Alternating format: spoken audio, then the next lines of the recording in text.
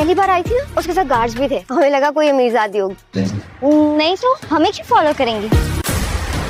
गाड़ियाँ हमें बहुत देर से फॉलो कर। ये लड़की हमारे बहुत काम आने वाली है, इन दोनों पे कड़ी नजर रखना। फैसला किया है कि अरबाब की तालीम के बाद इन दोनों की शादी कर दी जाए।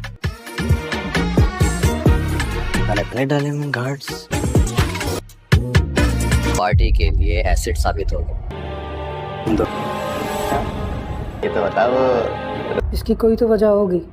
हमारे ख्यालात काफी बदल चुके हैं। यहाँ पे छोटी छोटी दुनिया बात,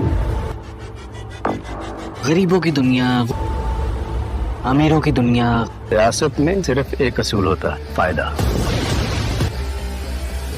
अगर हमें सब कुछ मिल जाए तो किसी चीज की कोई अहमियत नहीं रहती है। मंसूर को रुबाब की सच्चाई का पता चल चुका है। मंसूर के दिल में शक का बीज उस वक्त पड़ता है जब वो बार बार देखता है कि कुछ मखसूस सियाह रंग की गाड़ियां साई की तरह रुबाब के आगे पीछे घूम रही हैं, और जब वो रुबाब इस बारे में पूछता है तो वो साफ मुकर जाती है कि उसे कुछ इल्म नहीं ये लोग कौन है। लेकिन कहानी में असल मोड़ तब आता है जब यूनिवर्सिटी के अंदर मंसूर की मुलाकात रुबाब के एक दोस्त से होती है, जो बातों बातों में ये इंकशाफ कर देती है कि जिस दिन रुबाब पहले दिन यूनिवर्सिटी आई थी उसके साथ बहुत सी गाड़ियां और गार्ड्स मौजूद थे, जिसे देखकर सबको लगता था कि शायद कोई बहुत ही अमीर और बादशाह लड़की आई है। और यही वो मकाम है जहाँ मंसूर के दिमाग की घंटी बजती है और उसे यकीन हो जाता है कि दाल में कुछ जरूर काला है। मंसूर जब इस बात की गहराई तक पहुंचने की कोशिश करता है तो उसे ये कड़वा सच मालूम होता है कि रुबाब कोई आम लड़की नहीं बल्कि उसके अपने ही सबसे बड़े दुश्मन आगा वासिफ की बेटी है। जबकि दूसरी तरफ आगा वासिफ इस मनसूबा बंदी में मसरूफ है कि जैसे ही रुबाब की पढ़ाई मुकम्मल हो वो फौरन उसकी शादी आसिफ से कर दे ताकि उसे अपने इक़्तिदार और पोजीशन में मजीद मजबूती मिल सके। और आसिफ भी इस बात की कोशिश में लगा है कि वो किसी न किसी तरह रुबाब के दिल में अपने लिए जगह बना सके। लेकिन हालात इस वक्त पेचीदा हो जाते हैं जब रुबाब के दिल में मंसूर के लिए मोहब्बत बढ़ने लगती है और दूसरी तरफ दादा साहब इन दोनों पर